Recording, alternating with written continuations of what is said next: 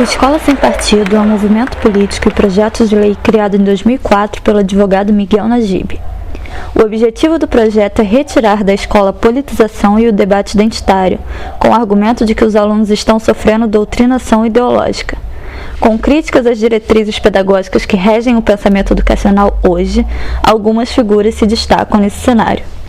Entrevistaremos a seguir profissionais da área da educação para entendermos o avanço do movimento e seus impactos diretos e indiretos no ambiente educacional. O Movimento Escola Sem Partido foi criado em 2004 pelo Miguel Najib, que é um advogado, uma pessoa que não tem experiência na educação. Ele é procurador do Estado de São Paulo, trabalha em Brasília. E ele cria esse movimento para tentar engatar, para tentar fazer valer a ideia de que o sistema educacional brasileiro está tomado por uma doutrinação esquerdista. Virou um antro de esquerdistas, de produção de esquerdistas, desde o infantil até a universidade. A minha leitura é que é um projeto dúbio, ele dá uma impressão muito contraditória, né? Quem lê, por exemplo, quem vê pelo nome Escola Sem Partido, parece uma coisa boa, né? Uma escola sem influência partidária, isso acho que todo mundo concordaria com isso. Mas quando você lê o projeto, aí você encontra algumas contradições, né? Inclusive o fato de ser um ou alguns partidos que estão querendo impor isso para as escolas, claramente contra a visão de outras pessoas vinculadas a outros partidos. Bom, eu acho que seria algo interessante a partir do momento que isso valesse realmente como o nome diz, escola sem partido.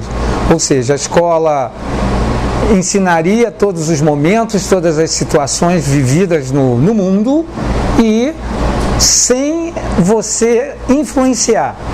Você tentar evitar colocar a sua opinião ou a opinião de algum grupo do qual você ou alguém ligado a você faça parte. Mas até no projeto, inicialmente você percebe muito mais um olhar político da escola, que não está errado, a escola é um ambiente político, do que um olhar pedagógico da escola. Vamos tirar a politização exacerbada da escola do que vamos ter um novo projeto político-pedagógico para o país. Isso seria um tanto desastroso se levássemos esse debate para dentro de sala de aula. Por quê? É um debate polêmico que, de uma forma ou de outra, envolveria as famílias, porque cada família tem a sua visão política. Então, eu acredito não ser um assunto adequado para se debater em sala de aula, levando em consideração essas questões. Se perderia muito tempo. E hoje o tempo ele é curto. Hoje a pessoa está cursando uma faculdade durante 4 anos, durante 5 anos, e quando passa pelo fundamental até o ensino médio, ele precisa ser preparado para escolas, para fazer concursos. Então, eu acho que seria um assunto que perderia muito tempo. Então, eu acredito que isso não deveria ser debatido na escola. Na minha opinião, a escola sem partido, pelo meu entendimento leigo do assunto, não falar sobre, não influenciar sobre a política dentro da escola, na opinião dos alunos, não influenciar na opinião dos alunos dentro da escola. Essa é a minha opinião, meu ponto de vista. Então, nesse sentido, o Escola Sem Partido, ele é claramente hoje em dia um movimento de extrema-direita, de ataque à educação. De ataque à educação porque ele acaba servindo para nublar questões mais sérias, historicamente problemáticas, como a infraestrutura da educação, professores, salários de professores, estrutura de escolas, etc. O que nós precisamos é de políticos patrióticos que eles possam realmente pensar no país. E tem gente imaginando que a educação é um dos meios utilizados pela esquerda para para exercer a sua hegemonia cultural, para fazer lavagem cerebral nas crianças, e fazer com que o pensamento ideológico da esquerda se expanda e se consolide cada vez mais na sociedade.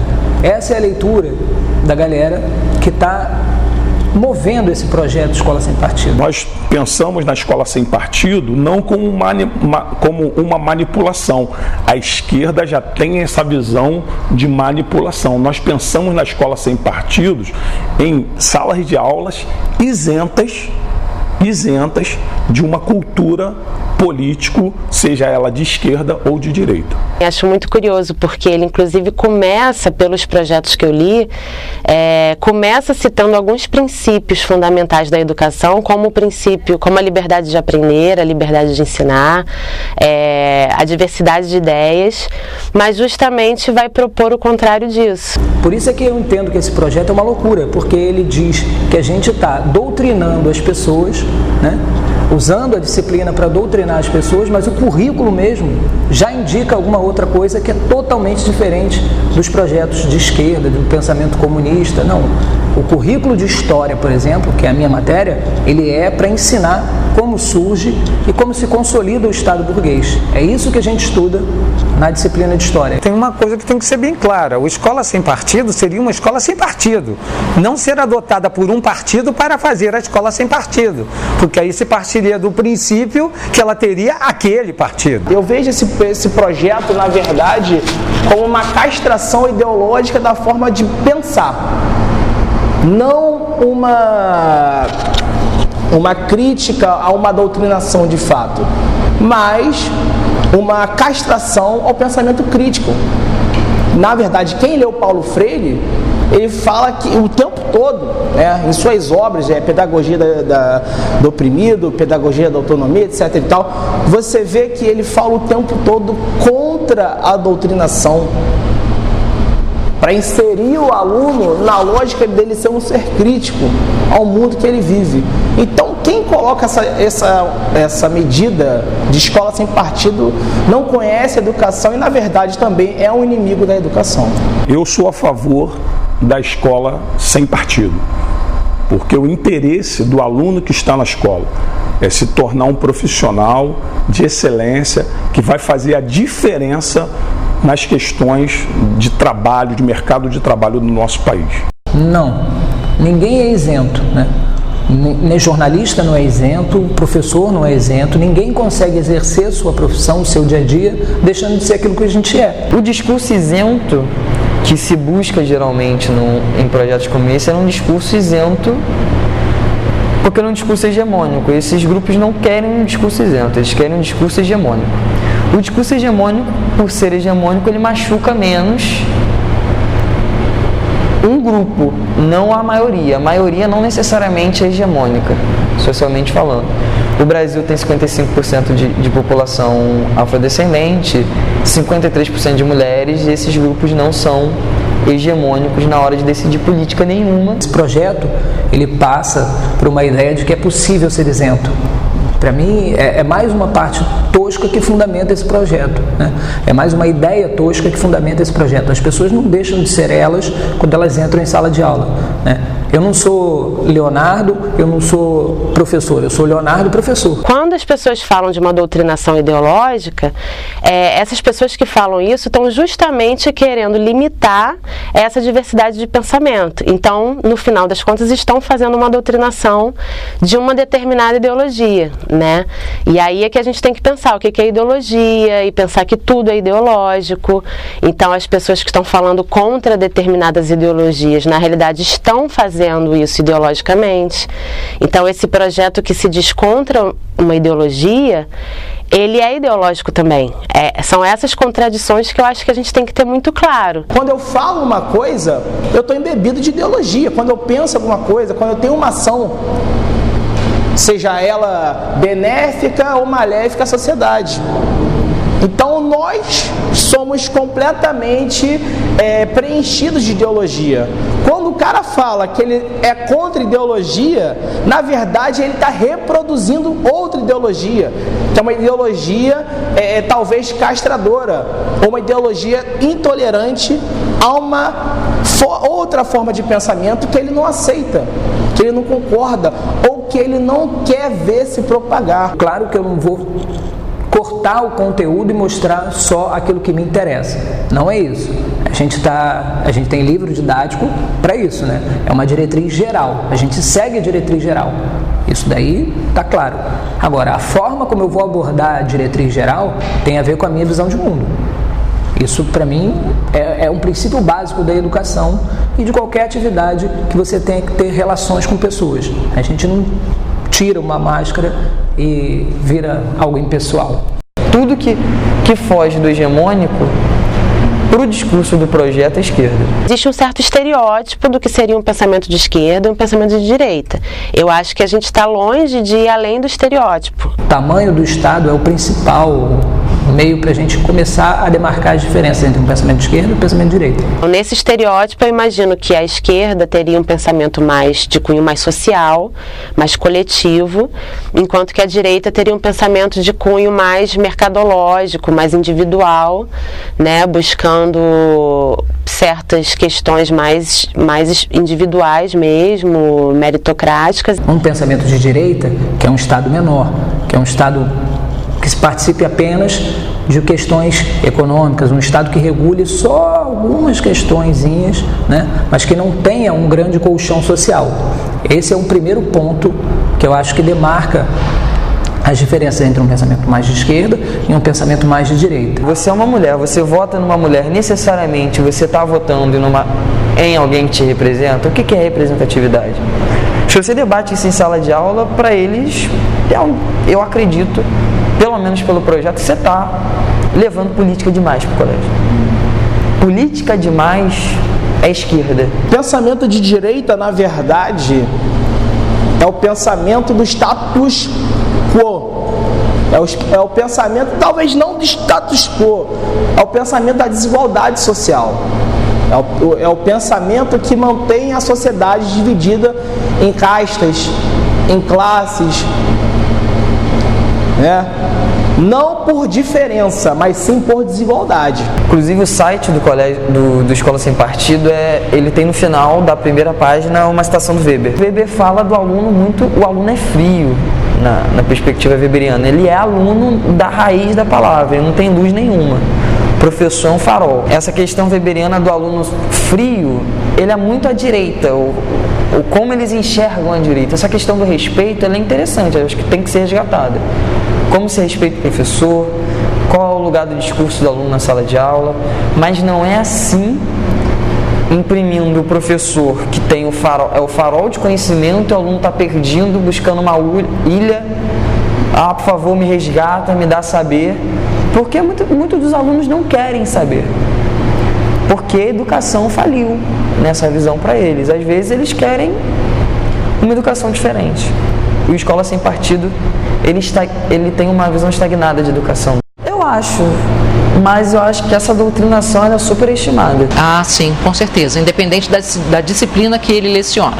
Eu estou falando de Guerra Fria, aí eu vou explicar que o socialismo é um ponto, tem que saber, para saber de Guerra Fria, tem que saber de socialismo. Se eu estou explicando que Karl Marx criou o socialismo, o pai acha que o filho dele vai escutar aquilo e vai virar comunista. Só que, analisando a realidade da educação no Brasil, a gente vê que o professor ele não tem essa capacidade de doutrinar que supostamente inventaram. O professor ele entra em sala de aula, ele tem que primeiro fazer a chamada. Depois de fazer a chamada, ele tem que aplicar o conteúdo, mas antes de aplicar o conteúdo, ele tem que fazer a turma se sentar, pedir para o Joãozinho parar de tacar chiclete na Mariazinha, pedir para a Mariazinha parar de cortar o cabelo do Joãozinho com tesoura, e tentar desamarrar a mochila que está lá atrás. Sim. Eu acho que o professor tem o dom da palavra e o professor sabe muito bem levar a se conduzir uma situação. Senão não seria professor. Ele faz você aprender. Como é que você não consegue, vamos dizer assim, como eu gosto de falar, fazer a cabeça de alguém? Sim. E você como professor, você é sempre um exemplo. Então se você coloca a sua opinião, você está, às vezes até sem saber, arrumando seguidores. Eu acho que o professor não é capaz de doutrinar, porque a doutrinação parte do pressuposto de que o aluno é uma tábula rasa. E ninguém é uma tábula rasa, ninguém é um papel em branco. A princípio, o aluno olha para o professor como uma oportunidade dele de crescimento pessoal, de crescimento profissional, de desenvolvimento como cidadão. Então, se o aluno tem esse olhar, isso nos traz uma grande responsabilidade. E qualquer coisa que falarmos, isso pode ser muito perigoso. Então, o professor ele se torna, sim, capaz, e agora basta saber, claro, usar, né, a capacidade dele de doutrinação. Mas a questão é, a possibilidade de um professor ser antiético deve ser o nosso parâmetro para pensar toda a educação, né? É uma maneira muito improdutiva de pensar a educação. A gente é capaz de transformar, e é por isso assim que eu decidi me tornar professor, pela capacidade que o professor tem de transformar o aluno. Então, acredito sim que é capaz de doutrinar, não a turma inteira, um aluno ou outro. Doutrinação não passa nem perto. Doutrinação trata todo professor e professora como um criminoso em potencial, para não usar palavras piores, que a escola sem partido usa. O Miguel Najib já chama professores de estupradores, né, na Câmara de Deputados.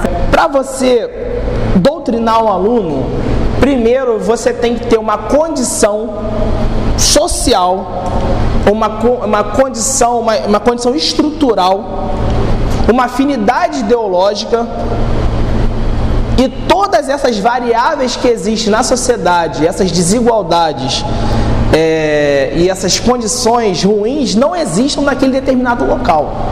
Só que isso existe em 0,00001% das escolas do Brasil, que é um país totalmente desigual. Se a gente for analisar a realidade da educação, que professor doutrina quem? Eu entendo que nós não podemos, digamos assim, influenciar os alunos com aquilo que a gente pensa. Nós precisamos fazê-los pensar. Não precisa dizer, você tem que pensar assim, o que o fulano fez na década de 30 está certo, está errado, na década de 60 está certo, está errado. Não, conta a história. Faz o aluno ver o que era a vida. Se ele estivesse lá, estava bom para ele? Agora, acreditar que eu estou doutrinando meu aluno para a esquerda, porque eu estou falando que a ditadura civil-militar torturou, que eu estou falando que o colonizador espanhol dizimou milhares de indígenas, que eu estou falando que os portugueses chegaram em África e não pegaram negros que estavam soltos no litoral, mas eles criaram um sistema escravista e se aproveitaram de um sistema escravista que já existia. Na verdade, não criaram, mas eles transformaram um sistema escravista que já existia. Isso não é doutrinar. Por mais que a pessoa esteja em formação, ela tem junto de si um caminho, ela percorreu várias coisas, ela tem relações com várias pessoas, isso ajuda a formar a visão de mundo das pessoas. Então, o professor é só mais uma pessoa que ela exerce, que ela cria laços, que ela tem relações. Então, para mim, o professor não é capaz de doutrinar ninguém, porque ele não é a única pessoa que tem relação com o aluno. O aluno tem relação com várias pessoas. A questão do pluralismo de ideias é justamente que não seja uma doutrina única, né? Que haja uma abertura para apresentar diferentes pensamentos. Então, quando as pessoas falam de escola sem partido, você pode ter certeza que essas pessoas não são educadoras, essas pessoas não conhecem a realidade da educação, não conhecem uma sala de aula, não entendem o dia a dia da escola.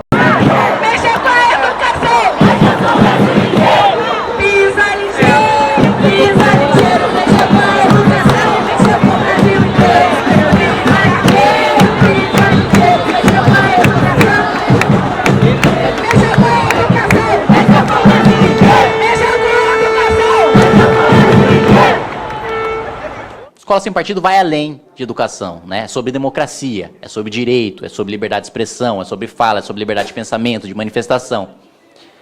E todos aqueles, e eu falo isso com muita segurança e com muita tranquilidade, todos aqueles que se posicionam contra o projeto Escola Sem Partido, ou é porque não leu, ou é porque é canalha. Hoje em dia, nós que somos profissionais de educação, a gente vive já uma política de escola sem partido. Essa é a realidade, né? A gente vive uma escola sem partido que não foi oficializada, mas a gente já vive a lei da mordaça, que a partir do momento que você tem que pensar no que você vai falar, no que você vai colocar no quadro, o escola sem partido já existe. Já existe. Você já está sendo castrado. E em função da conjuntura política que a gente está vivendo nos últimos meses, né, em função da eleição presidencial e da polarização que a gente vivenciou, eu preferi não entrar nessa seara. Isso acontece frequentemente. Acontece frequentemente. A ocasião que eu mais me lembro, assim, foi quando eu fui assistir um debate entre Miguel Najib e Fernando Pena. Foi muito engraçado, porque começou o debate, aquelas questões padrão, e aí a partir de certo momento começou a se falar de sexualidade na escola, né? Sexualidade, homossexualidade, tratar de questão de gênero, questão de sexualidade, né? E essa discussão para os jovens está muito pungente, porque essa demanda de falar de sexualidade muitas vezes vem dos jovens, né? Que sofrem preconceito na escola, em casa, enfim, especialmente jovens homossexuais. Isso é muito forte para eles e para as meninas no ensino médio. Então, esse é um tema que toca muito neles, e esse é um tema muito caro à escola sem partido. Quando Miguel Najib chegou nesse ponto, ele foi progressivamente perdendo a plateia. A plateia estava assistindo ok e tal. Quando ele entrou nesse assunto, e ele foi, como ele sempre é, incisivo, dizendo que não pode falar disso na escola, a gente via ele perdendo a plateia. Chegou um ponto em que abriu a plateia, o debate, e uma menina se identificou como tendo 18 anos, estudou a vida inteira nesse colégio. Ela comentava, teve uma hora que o Fernando perguntou para o Najib: mas o que a gente faz na escola se uma aluna sofre um caso de machismo, se um aluno sofre um caso de preconceito por ser homossexual, etc. Aí o Najib falou: essa pessoa vai ser punida, vai ser suspensa, e é isso, não precisa falar de gênero, sexualidade para resolver o problema. Aí a menina pegou o microfone depois disso e falou: quando eu estava na 8ª série, né, ela está no 9º ano, a aula acabou, a turma saiu da sala, a professora saiu da sala, eu demorei um pouco a sair, fiquei por último arrumando minhas coisas com 3 meninos da sala. Eles se aproveitaram da situação, me jogaram no chão e fizeram atos obscenos em cima de mim. Não tirou a roupa dela, mas foi claramente o caso de assédio sexual. Eu falei para o professor, falei para a escola, eles foram suspensos por 1 semana, mas aí continuaram na escola. Alguns anos depois, já no ensino médio, teve um concurso de poesia, e aí um deles concorreu com uma poesia que era extremamente machista. Ela lembrava alguns versos, ela falou na hora, não vou lembrar agora, mas enfim, a questão que ela quis colocar, e foi muito legal, foi: eles foram suspensos, né, pelo desrespeito e tal, mas isso não mudou a cabeça deles, né? Isso provavelmente não mudou o fato de que aquelas pessoas vão ser companheiros perigosos para as suas namoradas, que eles eventualmente tivessem. Eu sinto que se tornou perigoso falar certas coisas, por conta de uma visão de mundo que considera perigoso certas coisas. Sim, como professora de história, sim. Não, porque eu penso, não é que eu pense parecido, eu acho, porque, como eu falei, o projeto de A a Z, eu não li, de A a Z, mas a concepção que deveria ter não me intimida, muito pelo contrário, nos deixa bastante à vontade de exercer o nosso ofício. Eu acho que a educação no Brasil hoje, mesmo sem uma escola sem partido, ela é, como eu falei, uma educação do século XVIII, hegemônica. Se você faz um projeto contra-hegemônico, sozinho, como professor, você está fadado à falência. Sim. Então, é uma coisa consensual, assim, o que a gente mais ouve falar, o que a gente faz, é uma forma de autocensura, é evitar certos, ou pelo menos ser muito assertiva. Não, porque, na verdade, como professor, eu sei o meu papel, né? O professor que ele conhece o seu papel na sociedade, na sala de aula, ele tem totalmente a convicção do direcionamento que ele precisa dar nas suas aulas, no assunto que ele tem que trazer, na razão dele estar ali como educador. Eu sinto que a gente tem que estar agora sempre muito atento a, possibilidade de ser vigiado, porque é muito ruim quando pessoas, parlamentares, fomentam nos alunos a ideia de vigilância. Isso é ruim, porque eu acho que a vigilância está ali mesmo para que o professor se sinta intimidado. A questão é que agora essa prática é muito mais violenta, muito mais incisiva, muito mais intimidadora. Então, enfim, é realmente judicializante, é um tipo de intimidação que leva vários professores a estarem adoecendo psicologicamente, sabe, num contexto de infraestrutura precária e piorando, crise econômica. Então, assim, são vários fatores que confluem e que tornam as coisas muito mais difíceis, que não precisariam ser. Então, eu sinto que existe um certo clima de paranoia no ar, E o livre pensamento está ameaçado por isso. Eu tento não me sentir intimidado, porque o que eu mais quero é debate. Né? Para mim, a educação se faz de forma dialógica. Eu falo, o aluno fala. Ele discorda de mim? Ótimo. Para mim é muito melhor quando o aluno discorda do que ele só ficar parado fazendo assim. Eu quero que ele discorde. O medo do celular na sala de aula se transformou em outro. Uma vez era o celular que corta a atenção, outra vez é o celular que pode me gravar e mandar minha imagem para o MBL e acabar com a minha carreira. Aconteceu comigo numa escola que eu trabalhei, que eu tive um aluno que ele não queria fazer nada. Aí eu tirava de sala, comunicava, tal. Aí ele foi muito mal no exame meu, se não me engano foi prova de final, e ele ficou de recuperação final. Mas não foi porque eu fiz de maldade, é porque ele realmente não estudava, não tinha quase nada do caderno, eu avisava, anotava. Aí o que acontece, eu estava no Facebook, né, todo mundo tem lá, se conecta todo mundo, né, posta uma coisa, tem relacionamento, etc e tal. Aí eu vi um balãozinho, né, aí fui ver. Quando eu fui ver, a mãe do garoto, com uma ironia absurda, me ameaçando. Porque eu não passei o filho dela. Então, que lógica que o professor vive? Escola é comunidade, falta visão de comunidade na escola. O aluno tem medo do pai, o professor tem medo do pai, o pai tem medo do professor. Acho não, eu tenho certeza. Até porque todos nós somos seres políticos. Diversas atitudes, diversos atos que nós temos em vida são atos políticos. Mesmo que a gente nós não tenhamos consciência disso. Sim, com certeza. Mas de uma política, da política como ela é. Não a política partidária, que as pessoas confundem, né? Acham que política é política partidária. E política, na realidade, ela é a vida em várias dimensões, né? As relações são políticas. Até porque, por exemplo, a matéria de história, a gente discute muitas questões marcadamente políticas. Não tem como a gente não debater pensando, inclusive, na política atual. Já aprendem. Eu acho que história, sociologia, filosofia são tudo uma maneira de se passar situações de vida. E situações de vida é política. Eu acho que já se fala bastante. Sobre a política, sim, mas eu acho que, na minha opinião, como eu falei, de uma forma imparcial.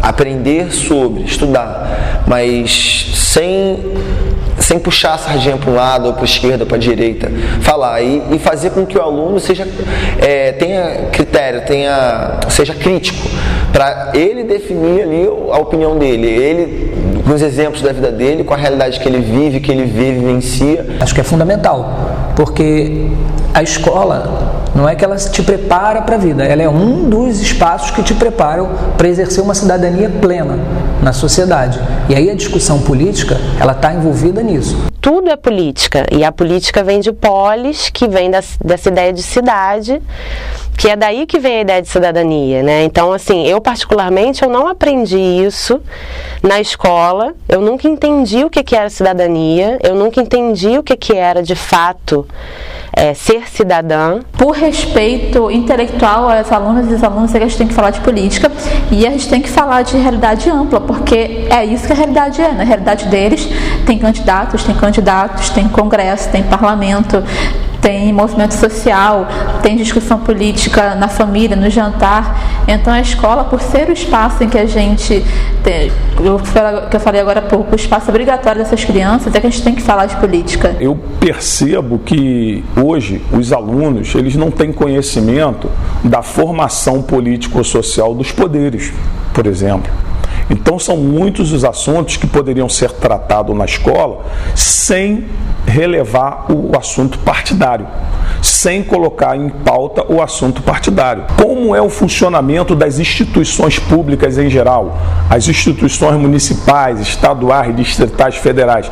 Então as pessoas, o brasileiro de modo em geral, ele carrega, digamos assim, ele é desconhecedor dessa área. Não falar de política com os alunos é manter eles vendados. Se você conversar com um aluno que mora numa comunidade distante sobre transporte público, e o uso do transporte público é politizar. E aí você não precisa ficar esquerdando ou direitando na hora de dar aula, você só precisa criar consciência política. Eu dar uma aula na Tijuca é uma coisa, né, no centro do Rio, é uma coisa. Eu dar uma aula numa favela de São Gonçalo é outra.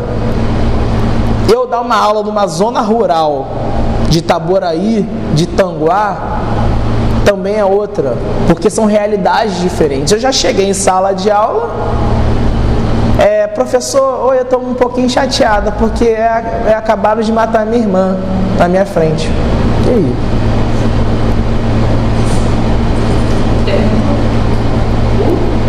Aí eu tô dando aula num pré-Icaraí, tô anotando no quadro, o aluno fala, eu tô muito chateado, esse ano eu só consegui juntar 10 mil reais para viajar. Não são realidades completamente diferentes? São. Com toda certeza. Isso para mim, né, é um exercício de cidadania. Sim. É para isso que a educação existe. Sabe? Se fosse para a gente, a educação não pode ser uma caixa de eco que você só repete o que está aqui fora. Isso pode sim acontecer, desde que seja com muito cuidado. Por quê? Até por uma questão de respeito. Porque muitas vezes, quando se vai tocar num assunto gênero, independente de levar o lado pessoal do professor, existem alunos que pensam de uma forma e alunos que pensam de outra forma.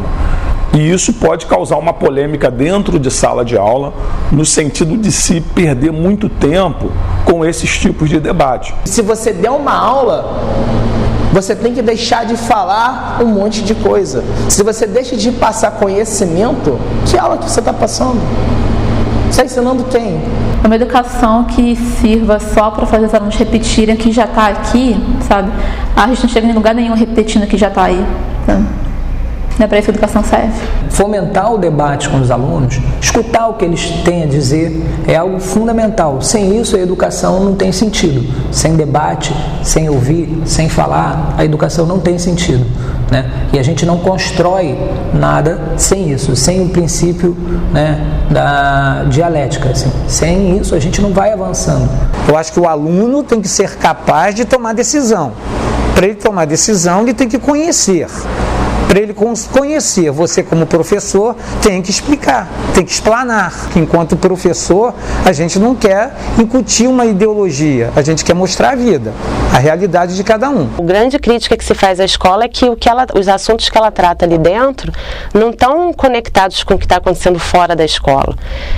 Então, esse é um problema. Esse é o problema. Meu filho é cristão, ele não pode escutar sobre a religião de matriz africana. Não, ele não só pode, como ele deve. Liberdade de culto é constitucional. Então a criança tem que aprender sobre isso. Mas o meu filho, ele tem uma crença onde ele não pode saber sobre sexualidade. Só que, infelizmente, é uma questão pública e de saúde. O seu filho tem que saber. A gente cansa de falar na escola que só depois de aulas sobre educação sexual, sobre corpo, que as crianças e jovens percebem que coisas que elas sofrem são violência, né? Então a escola é o lugar onde essas pessoas são socializadas e percebem que elas têm direitos, né? Que têm direito ao próprio corpo, direito à própria vida, direito à escolha. Então, se você está dizendo que a escola não pode falar dessas coisas, você está deixando todo um caminho aberto, sem nenhum obstáculo, para que uma série de violências ocorram no espaço de casa, no espaço privado, sem que isso seja combatido. Na última semana, as alunas me perguntaram, professor, quando a gente vai ver a história das mulheres? Eu sou homem com um conteúdo programático que foge da minha escolha, ok? Porque o colégio pede aquilo, exerce aquilo, claro, você tem buracos, você pode fazer um exercício ou outro.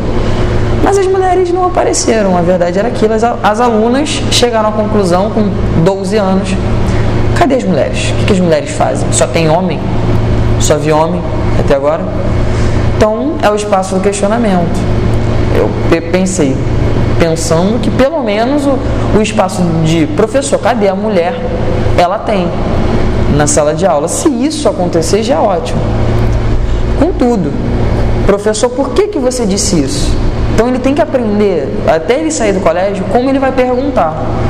Para quando ele tiver a idade onde ele pode responder socialmente, ele responder bem. Debater não é você trazer uma resposta, é justamente você levantar questões.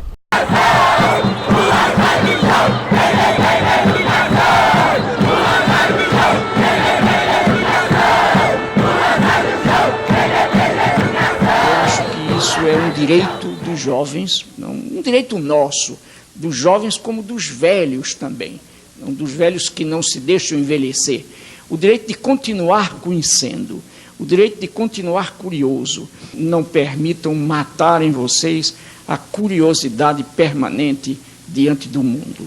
Não acho que a família tem que intervir do que é ensinado na escola. A escola é um espaço autônomo. Numa visão democrática, a gente chamaria isso de participação. A família deve participar do que está acontecendo da escola. Eu acho que a família deve intervir, sim, na educação dos seus filhos. Eu acho que o conteúdo, seja de qual for a disciplina, ele deve ser preparado, elaborado, pensado, discutido com profissionais da área. É lógico, né? Às vezes a família tem um entendimento totalmente errado. Mas aí, quando a família vem e busca, quando a família participa, a família é transformada junto. Intervir é uma palavra forte. Eu acho que a família deve participar. A família, dizendo de novo, a família não participa da comunidade escolar. De jeito nenhum, a família não participa. Olha, eu sou a favor da participação familiar, sim. Só que a maioria dos pais não participa. Eu acho que a família tem que participar da escola em termos de discussões sobre o projeto político-pedagógico, tem que trabalhar com os professores para fazer aquilo avançar de maneira conjunta. Essa palavra intervir, que tem a ver com o que esse projeto propõe, que na realidade é uma visão moral, né? O projeto ele propõe que a escola não ofenda os princípios morais das famílias, ou não interfira nisso. A escola tem que ser autônoma, a escola tem que escolher o seu princípio de educador e tal. A escola tem a sua direção e a família não tem que ter nenhuma intervenção nisso. Eu sou contrário, radical a isso. Não, nem um pouco. Os pais, em geral, são muito distantes da vida escolar. Dependendo da camada social, essa distância é maior. Quanto mais a pessoa está no estrato social mais baixo, mais os pais têm que trabalhar muito. Então fica difícil, né, pegar uma jornada de trabalho enorme e acompanhar o rendimento escolar e o andamento da vida do filho na escola. É uma coisa de corte de classe, é muito visível, assim. Tem pai que simplesmente não tem tempo com filhos, sabe? Que trabalha de manhã, estuda à noite, então, sabe? É realmente uma questão onde fica muito mais pungente a condição econômica de cada família. Ele só aparece na escola se for feita alguma coisa com um aluno que ele não goste.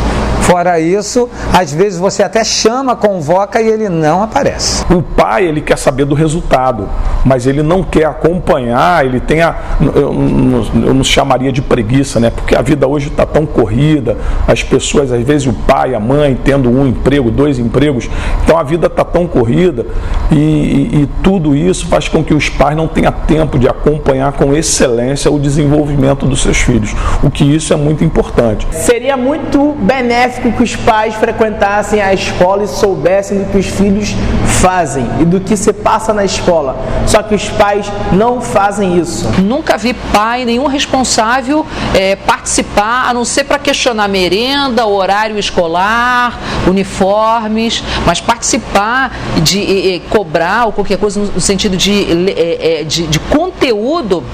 Eu, particularmente, trabalho há 21 anos no estado, nunca vi nenhum pai. A escola é uma forma dos pais já terceirizarem, de certa forma, uma parcela dessa educação, né? Então, em geral, quando os pais estão muito presentes na escola é porque tem alguma coisa errada. Essa terceirização não está funcionando, ou porque a criança ou o jovem está tendo algum problema, ou os pais estão tendo algum problema com a escola. A questão da clientela faz o pai se afastar, porque ele está pagando, então ele participa pagando. Qual é a realidade da educação hoje, principalmente na iniciativa privada, né? Os pais acham que nós somos os pais. Então, eu tenho que dar isso para o aluno, eu tenho que dar educação. Em sala de aula eu sou tudo. Em sala de aula eu sou enfermeiro, eu sou médico, eu sou psicólogo. Em sala de aula eu às vezes sou agente de segurança pública, né? Às vezes eu consigo ser professor, quando dá tempo eu consigo passar minha aula. Isso varia muito de escola para escola. Na rede pública, não. Boa parte da rede pública, principalmente fundamental, é muito não gosto dessa palavra, mas é um pouco depositório de alunos. As questões pessoais mesmo, tem alunos que são muito carentes. Eu já escutei: professor quer ser meu pai? Professor, você é meu amigo? Professor, vai jogar bola comigo essa tarde? Dá uma necessidade de carinho, de atenção. Muitos alunos pedem socorros silenciosos. A sala dos professores, quando você cruza informações, tem informações de pequenos socorros. Esse projeto, inclusive, ele tem um fundo de: olha, você, pai, não está tomando conta do seu filho, mas a gente vai tomar conta, tá? Isso, para mim, é mais uma bizarrice que fomenta esse projeto, tá? Sim, não é um parlamentar que tem que tomar conta da vida do filho dos outros, né? Muito menos de como a escola trabalha. A única coisa que eu penso nesse assunto é que parece muito com a distopia do George Orwell. Essa coisa de vigilância constante, sabe? Especialmente nesse contexto, não tem como a gente pensar que isso vai ser feito com fins democráticos. Por que será que está acontecendo alguma coisa errada? Porque se está sendo filmado, né? Acho horrível, né? Se quer me filmar, pode me filmar, no sentido de: olha, manda aqui essa matéria para outros alunos. Beleza, tudo bem. Agora, me filmar para tentar me intimidar, não pode rolar. Não pode, porque está tentando tirar minha autonomia pedagógica.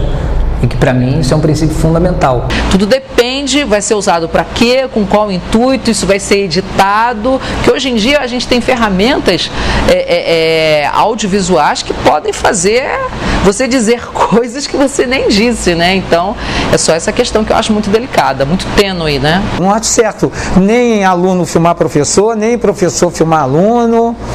Uma câmera em sala de aula, dependendo da situação, é até uma forma de controle de muita coisa. Se você segue tudo isso, e que eu estou falando, que é a minha concepção de uma escola sem partido, eu acho que ninguém na sala de aula vai falar nada que qualquer filme ou qualquer coisa possa te comprometer. Os campos progressistas não teriam nada contra a escola sem partido se ele fosse um cartaz no colégio sobre os direitos do aluno, os deveres do professor e os direitos do professor e os deveres do aluno. Mão dupla. Estrada não pode seguir só para um lado. Tem que ter essa estrada da educação tem que ter mão dupla. Você querer gravar uma aula por outra finalidade, que seja divulgar um conhecimento, é uma coisa. Você querer gravar uma aula para poder ameaçar aquele educador é outra. Né? Então, nesse princípio, eu sou bastante contra. A transparência ela é importante por parte do educador. Se o educador ele cumprir o papel que ele tem, ou que é lhe dado para ele fazer em sala de aula, ele não tem o que temer. Porque independente da lei ou não, as pessoas vão filmar, porque são novos tempos. Primeiro eles conseguiram fazer valer o conceito de doutrinação, aí depois eles conseguiram fazer valer a ideologia de gênero. E aí o próximo passo é fazer valer a vigilância bem concreta sobre as escolas, para além de toda a autocensura que a gente já faz conosco mesmos, por causa desse clima de medo disseminado. Por que ele está fazendo isso? Quem ensinou esse aluno a fazer isso? Então, hoje em dia é legal você pegar o professor falando determinada coisa que seu grupo é contra, que vai te gerar uma visibilidade e você expor aquela pessoa. Tem aluno que se sente empoderado pela escola sem partido, porque pode denunciar o professor, sente que sabe tanto mais do que o professor, mas também tem esses alunos e alunas que sabem, que conseguem perceber quando vêm essas pessoas falarem e serem questionadas sobre e tal, que elas percebem o quanto que as coisas que a escola sem partido defende vão servir como bloqueios para que elas consigam ter liberdade na escola. A partir do momento que você filma o professor e transforma ele no inimigo número 1 da educação e não no seu parceiro para a construção de uma melhor educação nacional, você está sendo incoerente. Você está indo contra a liberdade do professor de fala. Totalmente. Ele quer acabar com o debate, quer acabar com o diálogo, quer acabar com a liberdade das pessoas. Tudo é interpretativo, né? O que está escrito na Constituição, não. Mas dependendo de como o projeto ele é adotado, sim. É por isso que a gente não pode separar teoria e prática, a gente não pode separar projeto de escola sem partido e movimento de escola sem partido. A gente só tem noção do que eles querem, além da parte de gênero, que é a parte mais explícita, mas para além disso, a gente só sabe que eles não querem que a gente fale de marxismo e de movimentos socialistas, que são conteúdos clássicos de ensino de história, porque a gente vê como que eles agem na esfera pública de maneira geral. A gente vai nas páginas deles e vê qual é o tipo de aula que eles denunciam, a gente vê que é esse tipo de aula que eles denunciam. Se ele está falando alguma coisa extremamente incorreta, acho bom que dentro do saber, da pesquisa e de toda a liberdade de ensino, aprendizagem que você tem, você faça com que ele entender que ele pode estar falando um absurdo, certo? Agora, não está falando, é a ideia do aluno, talvez, se não for muito legal, é você fazer com que ele estude, pesquise e tenta ver se aquilo que ele está falando é o ideal para a vida dele e de quem está no entorno dele. Eu acho que é só isso. É só você tomar o cuidado de não querer que ele seja o que você é. Então, esse projeto da Escola Sem Partido, na verdade, ele vem para sobrepor o pensamento progressista, consolidar através da lei. Vamos rever o excesso de liberdade de ensino. O que é excesso de liberdade? Então, ensinar, na verdade, é tudo menos o que o projeto da Escola Sem Partido propõe. Isso é inconstitucional. Isso vai na contramão da educação libertadora.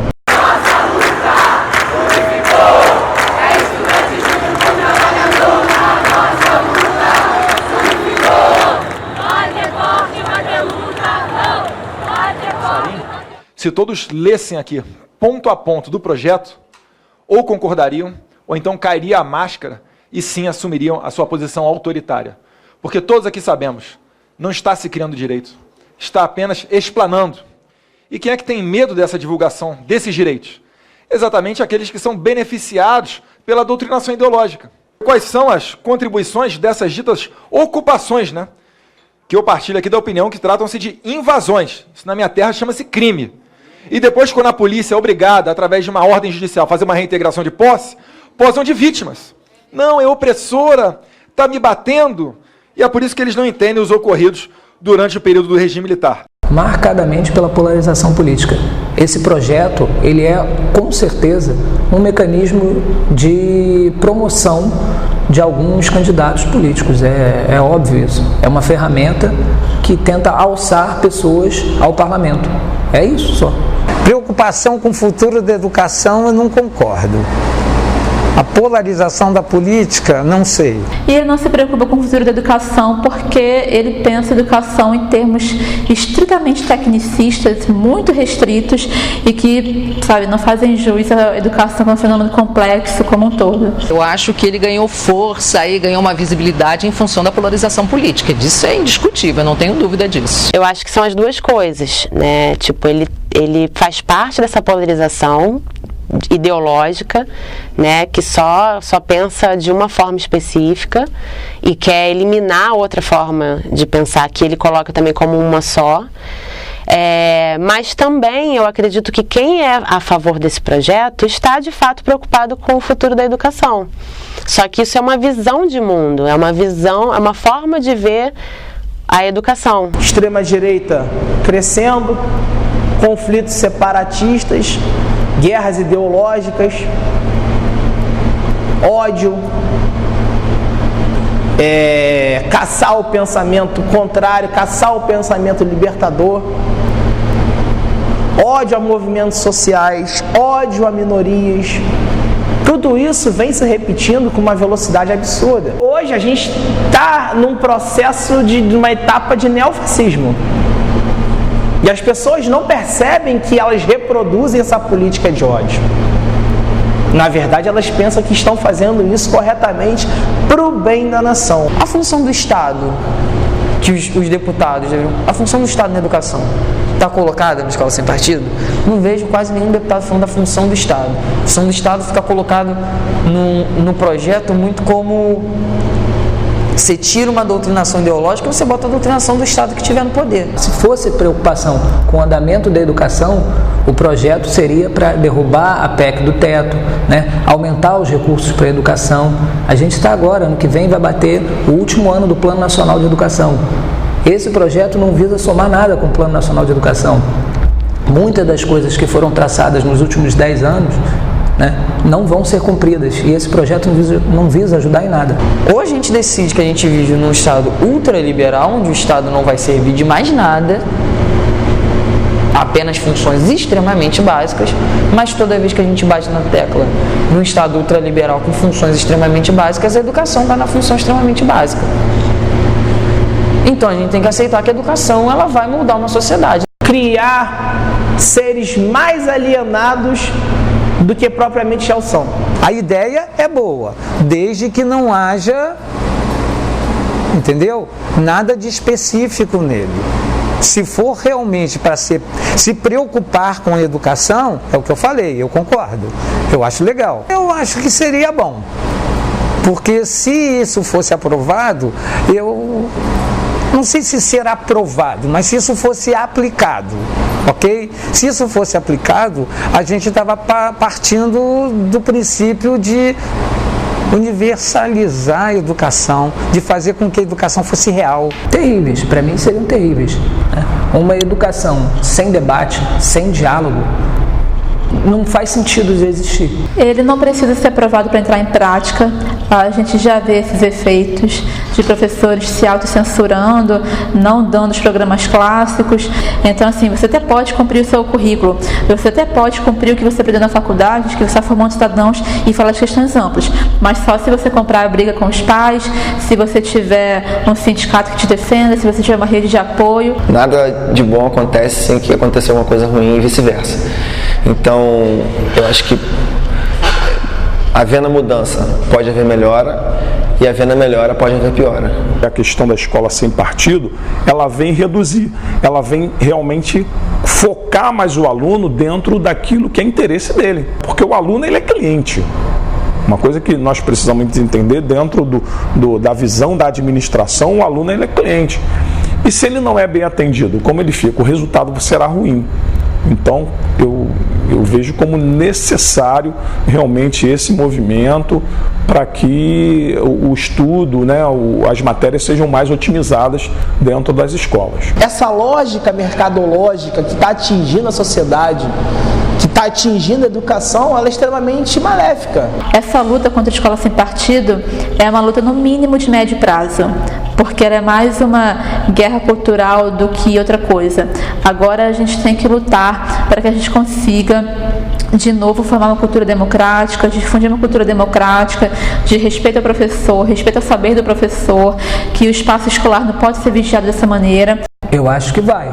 Acho que tem gente que quer construir sua carreira política com base nesse tipo de discurso, nesse tipo de vigilância, com base nesse tipo de, eu diria que é demagogia, né? Então, toda vez que tiver um período eleitoral forte, esse projeto vai tentar vir à tona, porque ele é uma plataforma para eleger pessoas. Visto quando você tem um governo que é dito como governo de esquerda, ele não muda essa trajetória, ele não teria interesse nenhum em mudar essa trajetória. Como hoje nós temos um governo de direita, com certeza aí essa trajetória muda. Talvez se explicassem melhor e se colocassem as coisas todas, né, nos seus devidos lugares, talvez tivesse chance. Mas eu acho que eu não vejo muita motivação para isso. Ano passado eles ficavam o tempo todo falando disso, principalmente quando o Bolsonaro foi eleito, que eles queriam fazer uma CPI da doutrinação. Então, enfim, agora a gente está vendo, quando eles se organizarem, né? A gente está vendo o que eles vão decidir fazer para fazer o UESP avançar no Congresso. Porque enquanto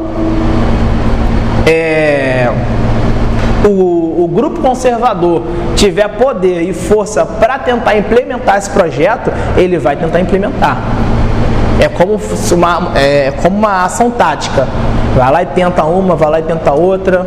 Não deu dessa forma, tenta dessa forma aqui, mas o objetivo aqui é esse. Como o atual governo é tão incerto, é tão inseguro nas suas determinações, uma vez que um dia a gente, sei lá, hoje pode dizer uma coisa e amanhã pode desdizer, então tudo é muito incerto. E esse assunto, ele será votado e será decidido não pelos profissionais da área da educação, mas ele será decidido pelo nosso poder legislativo. Em geral, eu acho que a mídia é crítica. Em geral. Eu não tenho visto a mídia tratando desse assunto. Eu tenho visto a mídia tratando de casos específicos, de localizações específicas e de assuntos específicos. Como a gente estava conversando, de um professor que falou isso, de alguém que falou aquilo, que achou que mostrou uma piada sobre alguém, um presidente, um ministro, um governador. Eu tenho visto só esses casos. Eu acho que a mídia, ela compra muito o discurso de escola sem partido sobre ele mesmo. Ela usa os termos que o movimento utiliza. Já cansei de ver assim, mil vezes ter ideologia de gênero no título de notícias. E, assim, ideologia de gênero é uma coisa que não existe. É um termo que os estudos de gênero não utilizam. De vez em quando eu ouço falar, mas pouco. É um rumorinho, sabe? Não tô vendo... Porque quando a mídia quer, a mídia expõe. Faz um escândalo, faz um barulho. E todo mundo fica sabendo. E não está sendo o caso. Eu tô achando a nossa mídia hoje, assim, meio que em cima do muro. Eu tô achando. Então, em vários momentos, né? Todos os momentos importantes da história da Escola Sem Partido, que foi importante para ele ganhar projeção e conseguir pautar o debate público-político, a mídia teve um papel nisso, no sentido de normalizar o que ele falava, de não questionar coisas do tipo, mas doutrinação realmente é um conceito que funciona para falar de educação, sabe? Será que tratar a relação de ensino-aprendizagem no termo de doutrinação é válido? Funciona? Tipo, é adequado? Cabe? Ela não fez isso durante muito tempo. Tem setores ultraconservadores da mídia que querem fomentar esse debate, quando é algo que a gente vê que não deve nem ser debatido, né? É algo que eu acho que encontra, graças a Deus, pouquíssimo eco nos grandes fóruns de educação, o que eu acho que é bom. Não é cortina de fumaça, a gente odeia essa expressão, porque a Escola Sem Partido ele tem efeitos práticos, então professores estão sendo perseguidos, professores estão sendo demitidos, professoras estão deixando de dar aula sobre coisas que elas estudaram para dar aula por causa da Escola Sem Partido. Então, assim, mais prático do que isso, não conheço. Então, não é cortina de fumaça. Puxa, a ditadura, eu acho que a ditadura estragou esse país da gente durante muito tempo e continua estragando hoje. Quer dizer, evidentemente que a ditadura militar não inaugurou no Brasil o autoritarismo. Quer dizer, o autoritarismo está entranhado na natureza mesma da nossa sociedade.